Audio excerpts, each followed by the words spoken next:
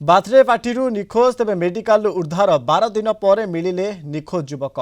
भरतपुर थाना अंचल जड़े युवक बाथरे पार्टी निखोज होते काफेरू निखोज होता युवक कटक एसीबी उद्धार होती।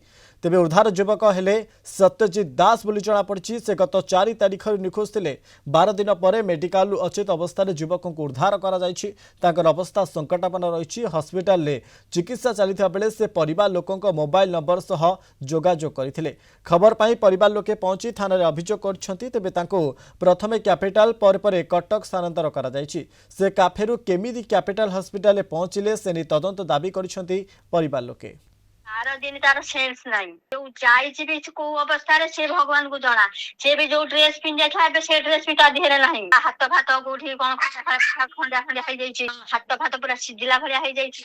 कोन ता संगे रे हेछि से पिलाडा से सेंस आसला हमको कोन कहबो। तार ना से खुपा पाटी खोली पारुछि ना किछि कहि पारुछि बुझिले। तापरे से बसी भी पारुनी खाई भी पारुनी ता अवस्था एमिति। आमे ता केमिति आनी छु भगवान हमको रक्षा करिसंदे बुझिले।